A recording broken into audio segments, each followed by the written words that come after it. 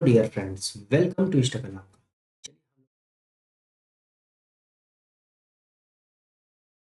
Time हम लोगों ने हिस्ट्री जो थी वो कंप्लीट कर ली थी।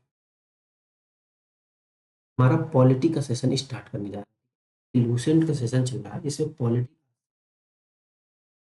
हाँ दोस्तों, जिस जिस जिसने भी अगर इतिहास को कंप्लीट हिस्ट्री हो चुकी है, वहां पे जाकर के प्ले लिस्ट में है, इसके चैनल में प्ले लिस्ट में जाएं, वहां पे पूरी टोटल क्लासें पड़ी हुई है। ठीक है दोस्तों, और उसको कंटिन्यू कर लें। तो ये हर एग्जाम के लिए बहुत ही इंपॉर्टेंट है। और दोस्तों, अपने यार दोस्त फ्रेंड को लाइक शेयर और सब्सक्राइब जरूर करें। ठीक है, ये आपके लिए ही चलाई जा रही सेशन, बहुत ही इंपॉर्टेंट है दोस्तों। और हाँ, आने वाले एग्जाम के लिए, कोई भी एग्जाम हो, हर एग्जाम में यहाँ से क्वेश्चन आने ही आने हैं। मैं ये गारंटी ले सकता हूँ कि कम से कम 50-60% किसी भी एग्जाम की बात करें, हर जगह पे आ जाएंगे लूसेंट से। 60 क्या 70% मान लीजिए, 70%। 70% तक भी दोस्तों यही लूसेंट से ही आते हैं। ठीक है, लूसेंट से आ जाएंगे आपके। तो हाँ दोस्तों, तो एक चीज याद रखिएगा, तो आप इस सेशन को बहुत ही अच्छे से समझिएगा, जो आपके लिए बहुत ही इंपॉर्टेंट है दोस्तों। ठीक है दोस्तों, चलिए आज का सेशन हम लोग स्टार्ट करते हैं। देखिए, तो हम लोग आज भारतीय इतिहास से स्टार्ट करेंगे। ठीक है, भारतीय इतिहास, सॉरी, भारतीय इतिहास कंप्लीट हो गया है। भारतीय संविधान, राज्य व्यवस्था, पॉलिटी। ठीक है, ऑल कॉम्पिटिटिव एग्जाम, देखिए ऑल कॉम्पिटिटिव एग्जाम के लिए इंपॉर्टेंट है। ठीक है, और प्लस में पीसीएस और सिविल सर्विसेज के एग्जाम के लिए बहुत ही, ये भी इसके लिए भी बहुत ही हेल्पफुल। और हाँ दोस्तों, एक चीज और बताने देना चाहता हूँ कि अभी प्रेजेंट में आने वाला है एक एग्जाम कि high court R O A R O क्या है भाई, high court R O A R ओ।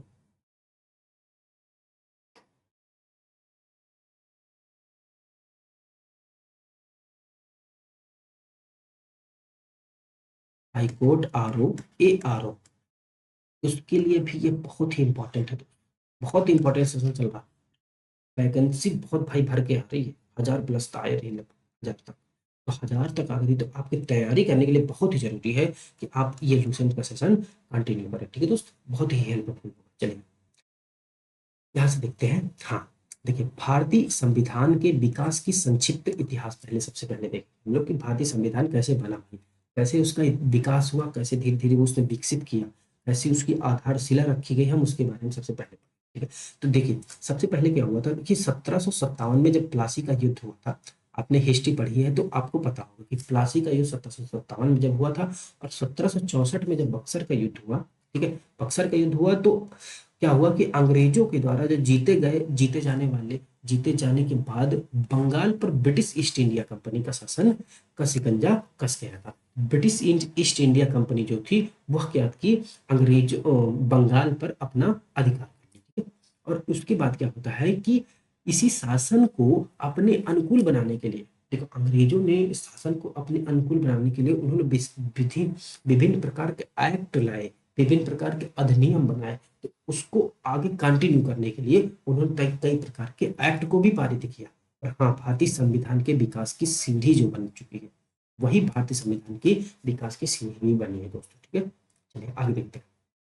जैसे फर्स्ट है 1773, 1773 का रेगुलेटिंग एक्ट। 1773 का जब रेगुलेटिंग एक्ट आया तो अधिनियम का अत्यधिक संवैधानिक महत्व है भाई। इस अधिनियम का अत्यधिक, बहुत ज्यादा संवैधानिक महत्व है, क्योंकि यहाँ से जो है ना, बहुत चीजें अडॉप्ट की गई जो हमारे संविधान में काम करती है कि हाँ कैसे संचालन किया जाए। ठीक है, देखिए पहला क्या है कि अगर बात करें 1773 के रेगुलेटिंग एक्ट में, तो कहता है कि भारत में जो ईस्ट इंडिया कंपनी थी, ईस्ट इंडिया कंपनी मतलब अंग्रेजों की कंपनी, के कार्यों को नियमित और नियंत्रित करने की दिशा में ब्रिटिश सरकार ने कदम उठाए।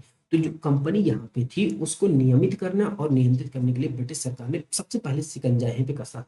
ब्रिटिश सरकार का ये जो 1773 का रेगुलेटिंग एक्ट आया, इसके द्वारा सबसे पहले ब्रिटिश ईस्ट इंडिया कंपनी पर ब्रिटिश सरकार ने अपना शिकंजा कसा और नियमित कर दिया और नियंत्रित बना दिया। ठीक है दोस्त, और यह पहला कदम था उनका। ठीक है, अर्थात कंपनी पर संसदीय नियंत्रण भी स्थापित हो गया, संसदीय नियंत्रण। ठीक है, आगे देखते हैं।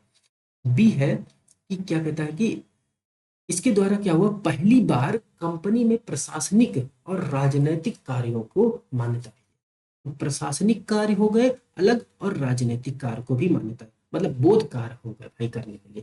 पहले क्या था, पहले व्यापारिक कार्य था, पहले क्या, ये व्यापारिक कार्य के पर्पज से आए थे, तो व्यापारिक कार्य के पर्पज से आए थे, लेकिन इन्होंने क्या कहा, हम यहाँ प्रशासन भी करेंगे और राजनीति भी करेंगे, राजनीतिक कार्य।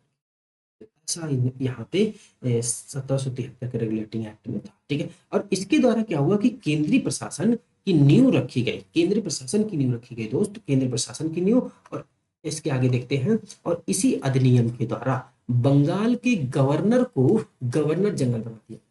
बंगाल के गवर्नर को गवर्नर जनरल कहा जाने लगा दोस्त, याद रखिए, गवर्नर जनरल का पद नाम दे दिया। और मुंबई मद्रास के गवर्नर को इसके अधीन कर दिया भाई। मुंबई और मद्रास को जो उनकी स्वायत्तता थी, उनकी स्वायत्तता को छीन लिया गया, और जो बंगाल का गवर्नर था उसको उसकी स्वायत्तता दे दी गई और उसके अधीन बना दिया। यानी कि कोई भी अगर वो कानून या फिर कुछ करना है, कोई भी कानून पास करना है, तो कोई भी एक्ट बनाना है, तो वह बंगाल का गवर्नर जनरल ही इस मुंबई और मद्रास के का भी एक्ट को पारित करेगा या फिर एक्ट को बनाएगा, ठीक है। और इस एक्ट के तहत क्या हुआ कि प्रथम गवर्नर जनरल जो बने सबसे पहले, तो वह कौन से बने, तो क्या कहेंगे कि वारेन हेस्टिंग्स जी, वारेन हेस्टिंग्स ही बने हैं। यह बहुत बार क्वेश्चन आ चुका है, और इसको याद रख लीजिएगा दोस्तों अच्छे से, ठीक है। कि फर्स्ट गवर्नर जनरल आपसे पूछा जाए तो वो कौन थे, वारेन हेस्टिंग्स जी थे। इसके बाद देखिए, इस एक्ट के अंतर्गत कलकत्ता प्रेसिडेंसी में एक ऐसी सरकार भी स्थापित की गई, कलकत्ता प्रेसिडेंसी में एक ऐसी सरकार स्थापित की गई जिसके गवर्नर जनरल और उसकी परिषद के 4 सदस्य थे, जिसमें गवर्नर जनरल और उसकी परिषद के 4 सदस्य थे, और अपनी सत्ता का उपयोग संयुक्त रूप से करते थे, सत्ता का उपयोग संयुक्त रूप से करते थे दोस्तों, ठीक है। और हाँ, आगे देखते हैं कि कलकत्ता में क्या हुआ, 1774 में ही उच्चतम न्यायालय की स्थापना। उच्चतम न्यायालय, एक उच्चतम न्यायालय की स्थापना हुई इसी अधिनियम के द्वारा 1773 के। वो कब हुई, तो 1774, ठीक है। कहाँ पे बनी, कलकत्ता में, ठीक है। और इसके मुख्य न्यायाधीश की अगर बात करें, एक मुख्य न्यायाधीश थे और 3 इसके अन्य न्यायाधीश भी थे, जिसमें से अगर फर्स्ट मुख्य न्यायाधीश की बात करें तो वह कौन से हुए, एलिजा एम पेजी हुए।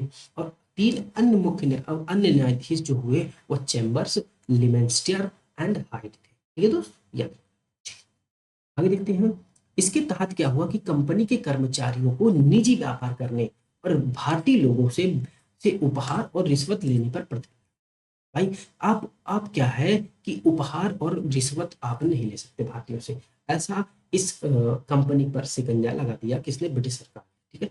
और निजी व्यापार भी नहीं कर सकते। आगे देखते हैं, इस अधिनियम के द्वारा क्या हुआ कि ब्रिटिश सरकार को बोर्ड ऑफ डायरेक्टर के माध्यम से कंपनी पर नियंत्रण सशक्त हो गया। भाई बोर्ड ऑफ डायरेक्टर के माध्यम से कंपनी पर नियंत्रण को सशक्त बना दिया गया इसके द्वारा। और इसे भारत में राजस्व और नागरिक और सैन्य मामलों की जानकारी ब्रिटिश सरकार को देना आवश्यक था। अगर यहाँ पे कुछ भी हो रहा है भारत में, इंडिया में, तो क्या था कि ये यहाँ की जो ईस्ट इंडिया कंपनी थी, इसको जो है यहाँ की जो नागरिक थे, सैन्य मामले थे, राजस्व का था मामला, ठीक है, सारी जानकारी को क्या है ब्रिटिश सरकार तक पहुंचाना था, ठीक है। ऐसा रूल ला दिया, ठीक है, ब्रिटिश सरकार ने। आगे देखते हैं दोस्तों कि अब अगला आता है act of settlement. Act of settlement किसे कहते हैं, 1784 के एक्ट।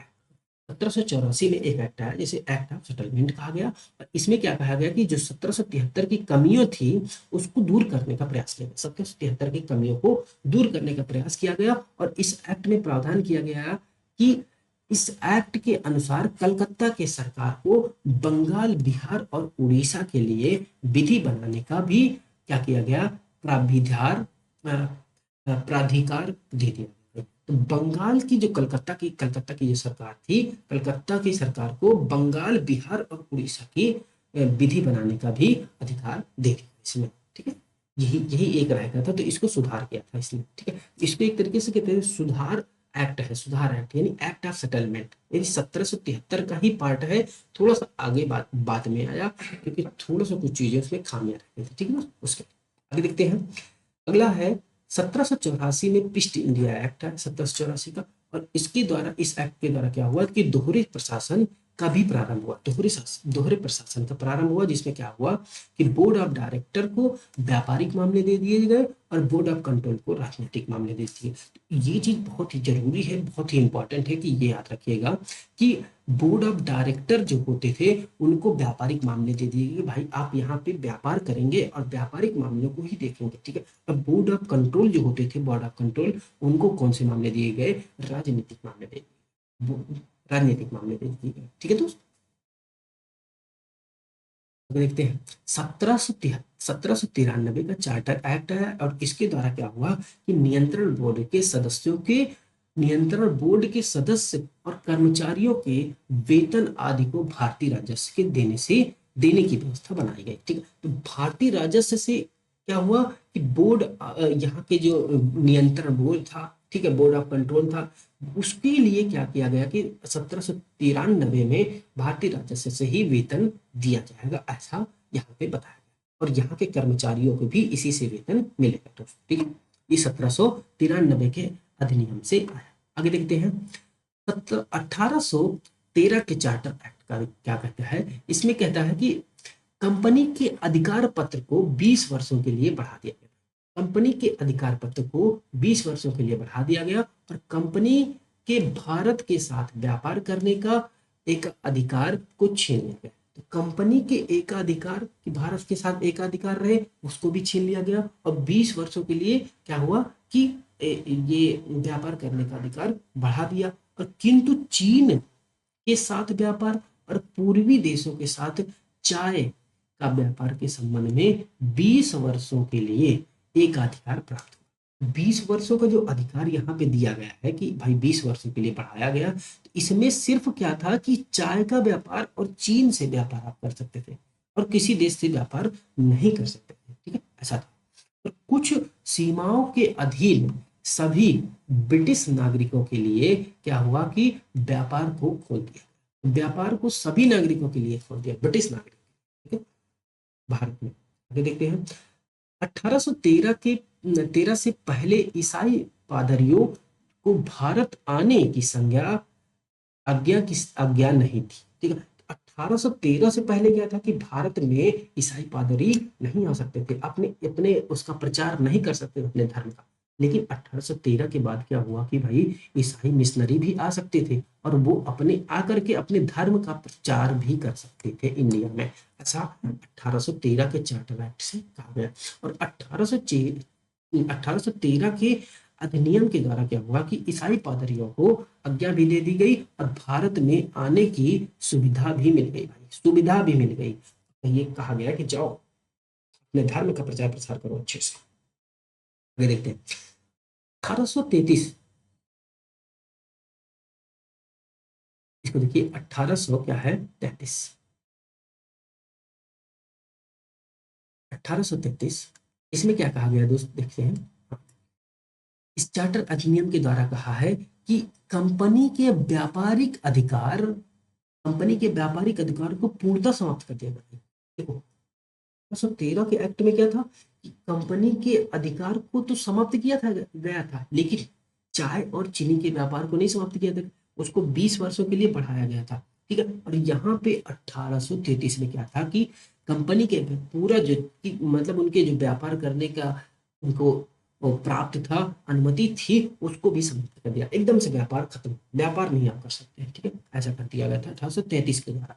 और अब कंपनी के कार्य को ब्रिटिश सरकार की ओर से मात्र भारत का शासन करना रह गया था। भारत में अब क्या था कि अब आप आकर के शासन ही करिए, ठीक है। ब्रिटिश ईस्ट इंडिया कंपनी को कहा गया कि भाई अब आप लोग व्यापार छोड़ दीजिए, अब आप यहाँ पे शासन करेंगे, आप यहाँ पे शासन करेंगे।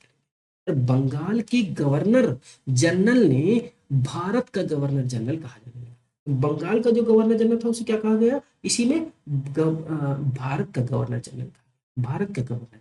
ये क्वेश्चन कई बार आ चुका है दोस्तों, बहुत ही इंपॉर्टेंट है, इसको याद रखिए, बहुत ही इंपॉर्टेंट है, बहुत ही इंपॉर्टेंट है, बहुत ही इंपॉर्टेंट याद रखिए कि भारत का गवर्नर जनरल फर्स्ट कौन बना, वह भी बहुत इंपॉर्टेंट है। और किस चार्टर अधिनियम के द्वारा बना, तो क्या कहोगे 1833 अधिनियम के द्वारा, 1833 अधिनियम के द्वारा। तो बंबई और मद्रास के परिषदों कि विधि निर्माण शक्ति को वापस ले लिया गया। मद्रास और बंबई को जो विधि निर्माण की शक्ति दी गई थी उसको वापस खींच लिया गया कि भाई अब ये जो है केंद्रीकरण हो जाए, मतलब केंद्रीकरण की नीति 1833 से लागू हो गई थी। ठीक है, आगे देखते हैं कि विधि परामर्श हेतु गवर्नर जनरल की परिषद में एक विधि सदस्य को भी नियुक्त किया गया। तो परामर्श के लिए विधि सदस्य को भी नियुक्त किया गया परिषद में गवर्नर जनरल की, और विधि सदस्य के रूप में वह चौथा सदस्य शामिल हुआ। और इसमें क्या था कि भारत में दास प्रथा को विधि विरुद्ध घोषित कर दिया गया, और 1843 में उसका उन्मूलन भी कर दिया गया। 1843 में कहा गया कि दास प्रथा को खत्म करें। 1843 में दास प्रथा को भी उन्मूलन कर दिया गया, खत्म। और इस अधिनियम की धारा 87 के तहत क्या हुआ कि कंपनी के अधीन पद धारण करने के लिए किसी व्यक्ति को धर्म, जन्मस्थान, मूल वंश और रंग के आधार पर अयोग्य नहीं ठहराया जा सकता।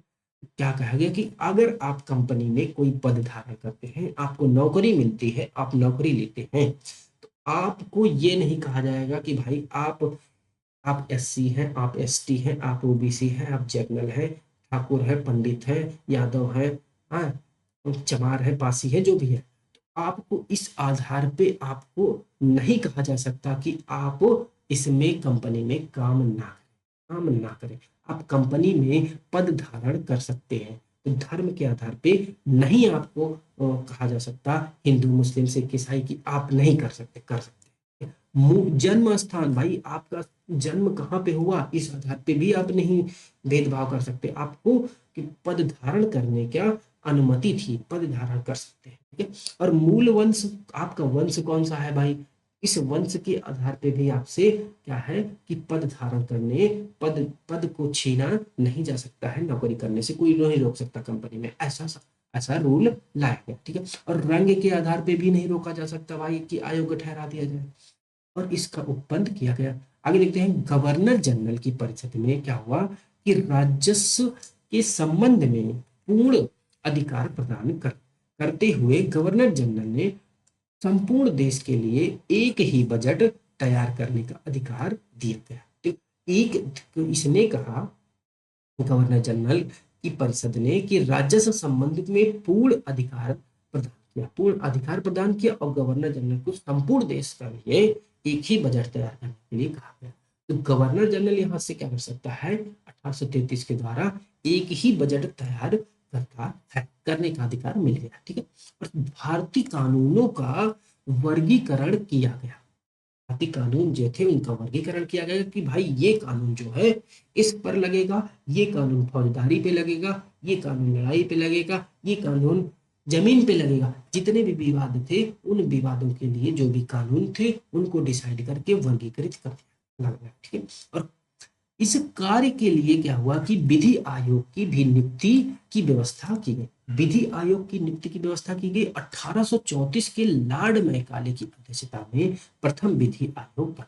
ये क्वेश्चन पूछा गया है दोस्तों कि 1834 में, मतलब लॉर्ड मैकाले जो था की अध्यक्षता में प्रथम विधि आयोग कब बनाया गया, तो आपका 1834 में। ठीक है, किसकी अध्यक्षता में प्रथम विधि आयोग बना, तो क्या कहोगे, लॉर्ड मैकाले की। ठीक है, ये दोनों क्वेश्चन आ सकते हैं, नाम भी पूछा जा सकता है दोस्त और इसकी डेट भी पूछी जा सकती है। ठीक है, चलिए आगे देखते हैं।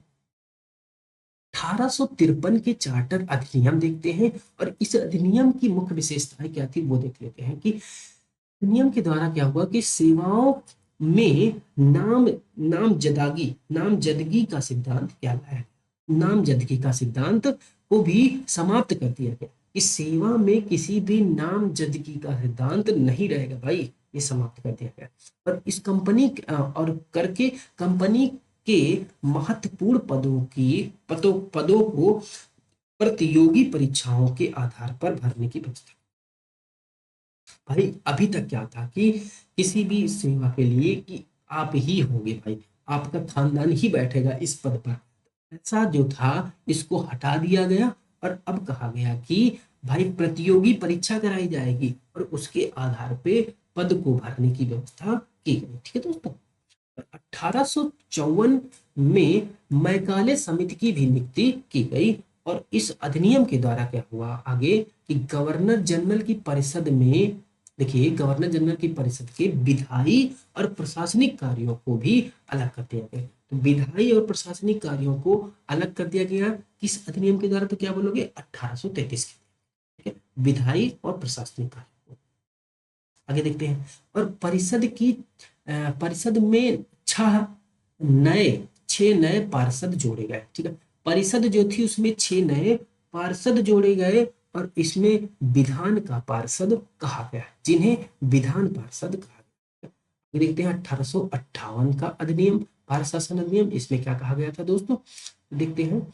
शासन कंपनी से लेकर ब्रिटिश क्राउन के हाथों में सौंप, ब्रिटिश क्राउन के हाथ में चला गया। देखो 1857 की जब क्रांति हुई, ठीक है, 1857 की क्रांति हुई, 34वें रेजिमेंट, ठीक है, देखिए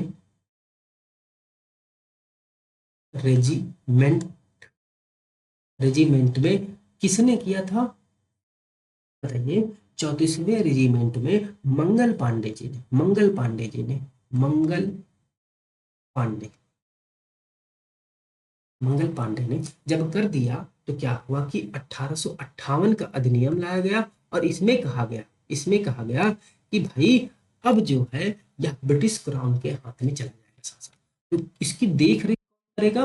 वह कहा गया कि अब ब्रिटिश क्राउन जो होगा उसके हाथ में ये सब चीजें होंगी कि वही उस पर कंट्रोल करेगा भारत के शासन पे, कि किस शासन कैसे चलेगा। भारत के शासन पर कंट्रोल किसका रहेगा, ब्रिटिश क्राउन का। 1858 में यह एक्ट पास किया गया, 57 के जस्ट एक साल बाद, ठीक है, क्योंकि यहाँ पे भाई बहुत ज्यादा भगदड़ मची थी, ठीक है, भगदड़ मची। और भाई ये भी कहा गया, कुछ लोगों ने कहा 1857 की क्रांति को कि यह प्रथम स्वतंत्रता संग्राम था, प्रथम स्वतंत्रता की, ठीक है, और किसी कारणवश बहुत सारी चीजें, बहुत कारण है इसके जिसकी वजह से यह संपन्न नहीं हो सका, यह सफल नहीं हो सका, यह असफल हो गया, ठीक है। 1858 के अधिनियम से क्या हुआ कि ब्रिटिश क्राउन के हाथों में शासन व्यवस्था भारत की चली, ठीक है दोस्तों। आगे देखते हैं। भारत में मंत्री पद की व्यवस्था भी की गई और 15 सदस्यों की भारत परिषद का सृजन भी किया गया। 15 सदस्य के भारत परिषद सृजन का भी सृजन किया गया और 8 सदस्य ब्रिटिश सरकार के द्वारा, तो जिसमें से 7 कंपनी के निदेशक मंडल के द्वारा रहेंगे, ठीक है। तो 15 सदस्यीय भारत परिषद कोष का भी सृजन हुआ, जिसमें से 8 सदस्य ब्रिटिश सरकार से और 7 सदस्य क्या थे, कंपनी के निदेशक मंडल के द्वारा रहेंगे। और भारतीय मामलों पर ब्रिटिश संसद का सीधा नियंत्रण स्थापित किया गया। भारतीय मामले में क्या था कि ब्रिटिश संसद का नियंत्रण जो था सीधा कर दिया गया और मुगल सम्राट के पद को समाप्त कर दिया गया। इस अधिनियम के द्वारा बोर्ड ऑफ डायरेक्टर्स और बोर्ड ऑफ कंट्रोल को समाप्त कर दिया गया। याद रखिएगा, बोर्ड ऑफ डायरेक्टर जो था और बोर्ड ऑफ कंट्रोल, इसको भी खत्म कर दिया गया, ठीक है, यह भी खत्म। और भारत में शासन चलाने के लिए क्या हुआ, ब्रिटिश मंत्रिमंडल का एक सदस्य के रूप में भारत के राज्य सचिव यानी secretary of the state for Indian की नियुक्ति की गई। तो एक सेक्रेटरी पद यानी सचिव का पद सृजित किया गया, जो कि डायरेक्ट जवाबदेह होता था किसको, तो क्या कहोगे, ब्रिटिश संसद को, ठीक है, ब्रिटिश को, ठीक है दोस्त। चलिए समझ में आ गया, समझ में आ रहा ना सब लोग, बढ़िया से, अच्छे से पढ़िए आप लोग, ठीक है। और अपने कार्यों के लिए ब्रिटिश संसद के प्रति उत्तरदायी था। देखो ब्रिटिश संसद के प्रति उत्तरदायी था सचिव, ठीक है। और भारत प्रशासन पर इसका संपूर्ण नियंत्रण हो गया भाई, भारत के प्रशासन पर संपूर्ण नियंत्रण किसका हुआ, सचिव का हुआ। और उसी का वाक्य अंतिम होता था, वही जो कहेगा वही होगा, सेक्रेटरी जो कहेगा वही होगा। जैसे कि आज के टाइम पे प्रधानमंत्री हैं, वैसे देख लीजिए सचिव जी थे उस टाइम, चाहे वह नीति के लिए विषय हो या फिर ब्यौरे के लिए विषय हो। भारत का गवर्नर जनरल का नाम बदल करके वायसराय कर दिया गया। तो गवर्नर जनरल के नाम भी बदला गया, इसमें वायसराय किया गया। और इस समय क्या था, गवर्नर जनरल लॉर्ड कैनिंग। पहला गवर्नर जनरल कौन हुआ, क्या बोलोगे, लॉर्ड कैनिंग बना। गवर्नर जनरल जो था वही लॉर्ड कैनिंग ही अंतिम गवर्नर जनरल और वायसराय भी रहा, प्रथम प्रथम वायसराय और अंतिम गवर्नर जनरल भी रहा। लॉर्ड कैनिंग याद रखिएगा दोस्तों, लिख लेते हैं। 1861 में भारत परिषद अधिनियम, इसको देख लेते हैं। इस अधिनियम में क्या कहा गया कि कार्यकारिणी, गवर्नर जनरल की जो कार्यकारिणी परिषद थी उसका विस्तार किया गया, कार्यकारिणी परिषद का विस्तार किया गया और विभागीय प्रणाली का प्रारंभ हुआ। विभागीय प्रणाली प्रारंभ हुई। लॉर्ड कैनिंग के द्वारा गवर्नर जनरल को पहली बार अध्यादेश जारी करने की भी शक्ति प्रदान की दी गई। तो गवर्नर जनरल को अध्यादेश जारी करने की सबसे पहले शक्ति प्रदान की गई। तो कब की गई, तो 1861 में, ठीक है। इस अध्यादेश की अवधि मात्र 6 महीने की होती थी भाई। अध्यादेश की अवधि मात्र 6 महीने की होती थी। गवर्नर जनरल को बंगाल और उत्तर पश्चिमी सीमा प्रांत पंजाब के विधान परिषद स्थापित करने की शक्ति प्रदान की गई, ठीक है। पंजाब में विधान परिषद भी स्थापित करने की शक्ति दे दी गई। और इसके द्वारा क्या हुआ कि कानून बनाने की प्रक्रिया को भारतीय प्रतिनिधियों को भी शामिल मिलकर किया गया। अब कानून जो बनेगा उसमें भारतीय भी शामिल रहेंगे, यह कहा गया इसमें 1861 के अधिनियम के द्वारा, ठीक है दोस्त। वायसराय की कुछ भारतीय विस्तारित परिषद में गैर सरकारी सदस्य के रूप में नामांकित किया गया। विस्तारित परिषद को क्या हुआ, गैर सरकारी सदस्य भी इसमें शामिल हो गए भाई, ठीक है। आगे देखते हैं। 1862 में लॉर्ड कैनिंग ने तीन भारतीयों बनारस के राजा और पटियाला के महाराजा सर दिनकर राव जी को भी विधान परिषद में मनोनीत किया। 1862 में लॉर्ड कैनिंग सबसे पहले कौन था, पहला वायसराय और अंतिम गवर्नर जनरल।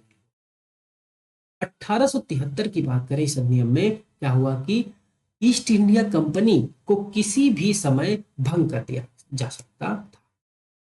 तो किसी भी समय ईस्ट इंडिया कंपनी को भंग किया जा सकता है। और 1884 में ईस्ट इंडिया कंपनी को औपचारिक रूप से पूरा समाप्त कर दिया गया, भंग कर दिया। ईस्ट इंडिया कंपनी खत्म हो गई। अब आगे देखते हैं कि शाही उपाधि अधिनियम आता है, वह 1876 का शाही उपाधि अधिनियम है। इसके द्वारा क्या हुआ कि गवर्नर जनरल की केंद्रीय कार्यकारिणी में छठे सदस्य की नियुक्ति कर दी गई। केंद्रीय कार्यकारिणी जो थी उसमें छठे सदस्य की नियुक्ति की गई और उसे लोक निर्माण विभाग कार्य को सौंप दिया। लोक निर्माण के कार्य को सौंप दिया गया और 28 अप्रैल 1876 को एक घोषणा द्वारा महारानी विक्टोरिया को भारत की सामग्री घोषित किया गया, ठीक है। भारत की सामग्री महारानी विक्टोरिया को घोषित किया गया कब, 1876। शाही अधिनियम कौन सा था, 1876। देखते हैं।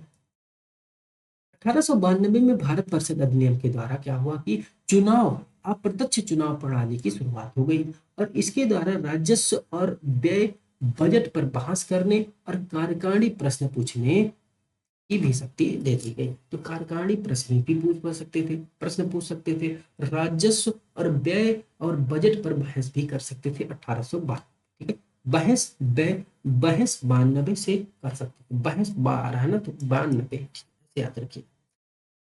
1909 के भारत परिषद अधिनियम, ये जो आता है इसको कहते हैं मार्ले मिंटो सुधार अधिनियम, मार्ले मिंटो सुधार अधिनियम भी कहा जाता है 1909 के भारत परिषद अधिनियम को। और पहली बार क्या हुआ कि मुस्लिम समुदाय के लिए पृथक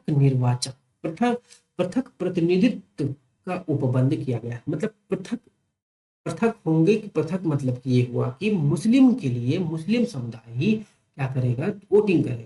मुस्लिम के लिए मुस्लिम समुदाय वोटिंग करेगा और हिंदू के लिए हिंदू समुदाय वोटिंग करेगा, ऐसा था इसमें, ठीक है। तो मुस्लिम के लिए क्या हुआ कि पृथक निर्वाचक मंडल बनाया गया, यानी पृथक प्रतिनिधित्व का उपबंध दे दिया गया। और इसके अंतर्गत क्या हुआ, मुस्लिम सदस्यों को चुनने का चुनाव में मुस्लिम मतदाता ही कर सकते थे, मैंने जो बताया अभी आपको। और इस नियम के तहत क्या हुआ, पहली बार विधायिका के कुछ निर्वाचित प्रतिनिधि की मंजूरी हुई। और इस प्रकार क्या हुआ, सांप्रदायिकता और वैधानिकता, सांप्रदायिकता और वैधानिकता और लॉर्ड मिंटो को सांप्रदायिकता के निर्वाचन के जनक भी कहा जाता है। सांप्रदायिक निर्वाचन के जनक किसे कहा जाता है, तो क्या कहोगे, लॉर्ड मिंटो जी, लॉर्ड मिंटो जी। मार्ले और मिंटो, एक चीज देख लीजिएगा कि मार्ले यहाँ पे कौन था, तो मार्ले ये था सचिव, ये भारत सचिव था। और मिंटो क्या था, यह क्या था, ये वायसराय था, ये वायसराय था, ठीक है, वायसराय था। आगे देखते हैं, के रूप में जाना जाता है। तो सांप्रदायिकता की वैधानिकता इसमें देती है। आगे देखते हैं, भारतीयों को भारत सचिव और गवर्नर जनरल की कार्यकारिणी परिषदों में नियुक्त की गई। भारतीयों की नियुक्ति भी कर दी गई भारत सचिव और गवर्नर जनरल की कार्यकारिणी परिषद में। केंद्रीय और प्रांतीय विधान परिषदों में को पहली बार बजट पर वाद विवाद करने, सार्वजनिक हित के विषयों पर प्रस्ताव पेश करने, पूरक प्रश्न पूछने और मत देने का भी अधिकार मिल गया दोस्तों, ठीक है। तो इसके अधिनियम के द्वारा और 1909 के अधिनियम के द्वारा, मार्ले मिंटो अधिनियम के द्वारा क्या हुआ कि पूरक प्रश्न भी अब आप पूछ सकते हैं, वाद विवाद कर सकते हैं, बजट पर वाद विवाद भी कर सकते हैं। आगे देखते हैं, प्रांतीय विधान परिषदों की संख्या में भी वृद्धि की गई, प्रांतीय विधान परिषद में वृद्धि कर दी गई। सत्येंद्र प्रसाद सिन्हा वायसराय की कार्यकारिणी परिषद में के प्रथम भारतीय सदस्य बने। तो वायसराय की पहली जो परिषद हुई, कार्यपालिका परिषद, उसके प्रथम सदस्य कौन बने, तो क्या बोलोगे, सत्येंद्र प्रसाद सिन्हा जी। और विधि सदस्य बनाया गया, उन्हें विधि सदस्य बनाया गया। अधिनियम के तहत presidency corporation, chambers of commerce और विश्वविद्यालयों और जमींदारों के लिए अलग प्रतिनिधित्व का प्रावधान किया गया, जमींदारों के लिए अलग प्रतिनिधित्व का प्रावधान किया गया। 1909 में लॉर्ड मार्ले ने इंग्लैंड में भारत के राज्य सचिव थे।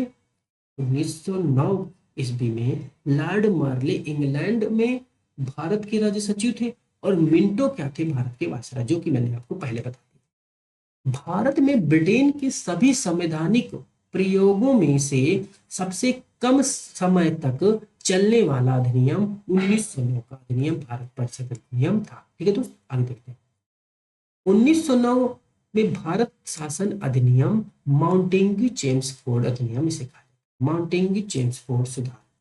अब यहाँ पे क्या था कि माउंटेन्यू जी क्या थे, ये भारत सचिव थे, ये भारत सचिव थे। और चेम्सफोर्ड क्या था, वायसराय था, वायसराय था, ठीक है। आगे देखिए,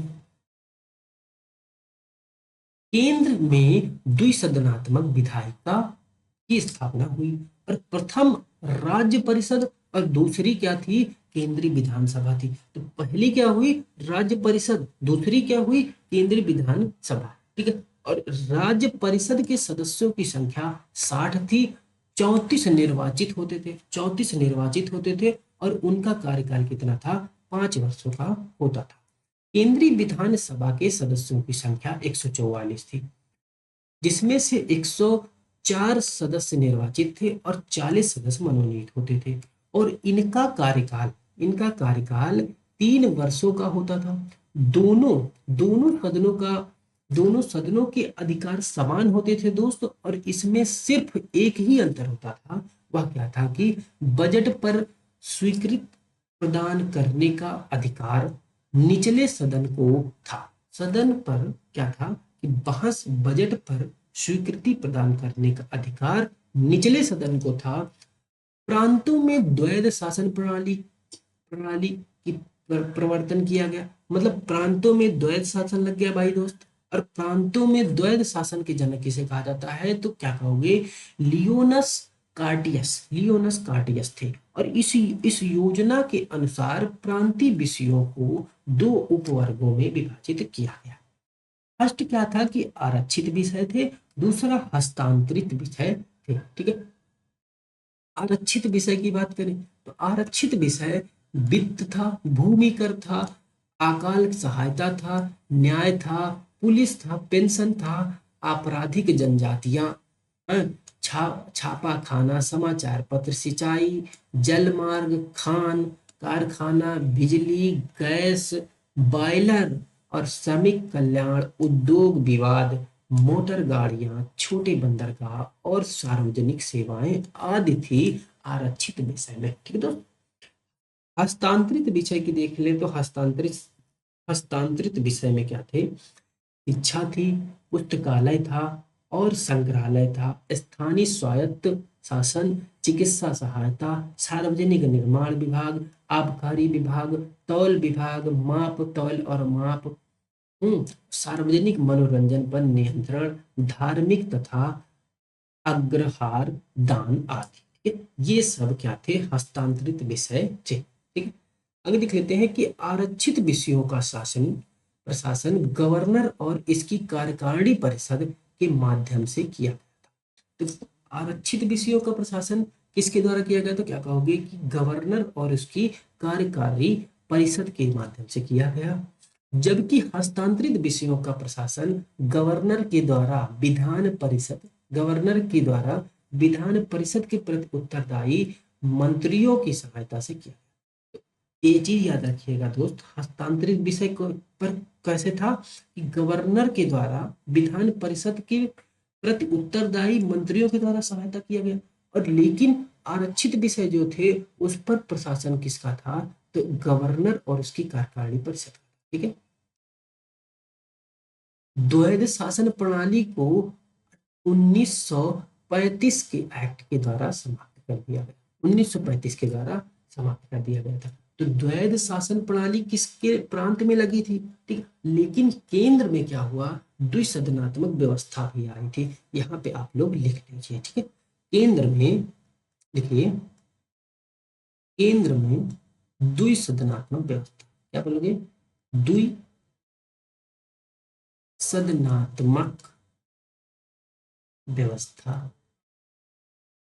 द्विसदनात्मक व्यवस्था भी इसी के द्वारा हुई, 1919 के एक्ट के द्वारा, माउंटेंगी चेम्स। ठीक है दोस्तों, भारत सचिव को अधिकार दिया गया कि वह भारत में महालेखा परीक्षक की नियुक्ति भी कर सकता था, और इस अधिनियम के द्वारा भारत में एक लोक सेवा आयोग का गठन का प्रावधान किया गया। 1926 में ली आयोग 1923 और 24 की सिफारिश पर सिविल सेवकों की भर्ती के लिए केंद्रीय लोक सेवा आयोग का गठन किया गया। कब किया गया? तो क्या बोलोगे? वह 1926 में किया गया था। किसकी किसकी अनुशंसा पर, किसकी सिफारिश पर किया गया? तो ली आयोग की अनुशंसा पर। ली आयोग कब बना? तो 1923-24 में। ठीक है, आगे देखते हैं। इस अधिनियम के अनुसार क्या हुआ कि वायसराय की कार्यकारिणी परिषद में 6 सदस्यों में से कमांडर इन चीफ को छोड़कर 3 सदस्यों का भारतीय होना आवश्यक था। भाई, 3 सदस्य भारतीय होते थे, और इसने सांप्रदायिक आधार पर सिखों, भारतीय ईसाइयों, आंग्ल भारतीयों, यूरोपियों के लिए पृथक निर्वाचन का सिद्धांत का विस्तारित कर दिया। पृथक निर्वाचन का सिद्धांत को भी विस्तार किया, और इसमें पहली बार केंद्रीय बजट को राज्यों के बजट से अलग कर दिया गया। इसके अंतर्गत वैधानिक आयोग का गठन किया गया, और इसका कार्य 10 वर्ष बाद जांच करने के लिए अपनी रिपोर्ट प्रस्तुत करना था। इस अधिनियम ने केंद्रीय विधान सभा में बनाए रखा गया। केंद्रीय विधानसभा में बनाए रखा गया, और कुछ विषयों से संबंधित विधेयकों को विचारार्थ प्रस्तुत करने के लिए उसकी पूर्व अनुमति की आवश्यकता होती थी। भारतीय विधानसभा के द्वारा पारित किसी भी विधेयक को वीटो करने या फिर सम्राट के विचार के लिए आरक्षित करने की शक्ति थी। आगे देखते हैं दोस्त, उसे यह शक्ति थी कि विधानमंडल द्वारा मंजूर किए गए, पारित ना किए गए और किसी भी विधेयक या अनुदान को प्रमाणित कर दे तो ऐसे प्रमाणित विधेयक को विधान मंडल के द्वारा पारित विधेयक को समान हो जाते थे। तो विधान मंडल के द्वारा पारित विधेयक के समान हो जाते थे अगर पारित नहीं करते थे। ठीक है, विधेयक अभी देखते हैं। वह आपात स्थिति में अध्यादेश बना सकता था और अस्थायी अवधि के लिए विधि का प्रभाव होता था। ठीक है, विधिक प्रभाव अस्थायी। मॉन्टेग्यू चेम्सफोर्ड सुधार अधिनियम में 1919 के द्वारा पहली बार महिलाओं को वोट करने का अधिकार दिया। यह बहुत ही इंपॉर्टेंट है दोस्तों, बहुत ही इंपॉर्टेंट है। पहली बार आया है कि भारत में महिलाओं को वोटिंग करने का अधिकार कब मिला, तो क्या कहोगे 1919 के मॉन्टेग्यू चेम्सफोर्ड अधिनियम के द्वारा मिला था। इंग्लैंड के प्रथम प्रधानमंत्री इस समय कौन थे, तो क्या कहोगे लॉर्ड जॉर्ज थे, लॉर्ड जॉर्ज। ठीक है, 1935 के भारत शासन अधिनियम के द्वारा साइमन कमीशन की रिपोर्ट के आधार पर 1935 के अधिनियम में 321 अनुच्छेद और 10 अनुसूचियां थी। 321 अनुच्छेद और 10 अनुसूचियों का एक संविधान का निर्माण किया गया एक तरीके से। ठीक है दोस्तों, और इसी अधिनियम की मुख्य विशेषताएं भी हैं, उसको हम नीचे देख लेते हैं। अखिल भारतीय संघ की 11 ब्रिटिश प्रांतों और 6 कमिश्नर के क्षेत्रों और उन देशी रियासतों से मिलकर के बनाना था। स्वेच्छा से संघ में सम्मिलित हो सकते थे। प्रांतों के लिए संघ में सम्मिलित होना अनिवार्य था भाई। प्रांत जो थे संघ में सम्मिलित हो, जबरदस्ती एक तरीके से कराया जाएगा अगर नहीं सम्मिलित होंगे तो। किंतु देशी रियासतों के लिए यह ऐच्छिक था। देशी रियासतें ऐच्छिक थी, चाहे तो हो चाहे तो ना हो। और देशी रियासतें संघ में सम्मिलित नहीं हुई। प्रस्तावित संघ की स्थापना संबंधी घोषणा पत्र भी जारी करने का अवसर ही नहीं आया। ठीक है, घोषणा पत्र नहीं जारी होता। अगला देखते हैं, प्रांतीय स्वायत्तता। इस अधिनियम के द्वारा क्या हुआ कि प्रांतों में द्वैध शासन को अंत कर दिया गया, यानी समाप्त कर दिया। द्वैध शासन प्रांतों में समाप्त कर दिया गया और केंद्र में द्वैध शासन इसमें लगाया गया था। लिख लीजिए, केंद्र में द्वैध शासन लगा दिया गया। द्वैध शासन, केंद्र में द्वैध शासन की व्यवस्था की गई। इस अधिनियम के द्वारा विधायी शक्तियों को केंद्र और प्रांतीय विधान मंडलों के बीच विभाजित किया गया। इसके तहत परिसंघ सूची और प्रांतीय सूची और समवर्ती सूची का निर्माण किया गया। तो परिसंघ सूची, प्रांतीय सूची, समवर्ती सूची 1935 के अधिनियम से आई। इसी को आज के टाइम पे क्या कहते हैं, कहते हैं संघ सूची, इसी को कहा जाता है। ठीक है, तो आगे देखते हैं। परिसंघ सूची के विषयों पर परिसंघ सूची के विषयों पर परिसंघ विधान मंडल यानी कि केंद्र इस पर कानून बना सकता है, जिसमें इस सूची के अंतर्गत क्या क्या थे, विदेशी कार्य थे, करेंसियां थी, मुद्राएं थी, नौसेना थी, सेना थी, वायुसेना थी, जनगणना थी। ये सब विषय किसमें आते थे, तो क्या कहोगे परिसंघ सूची में।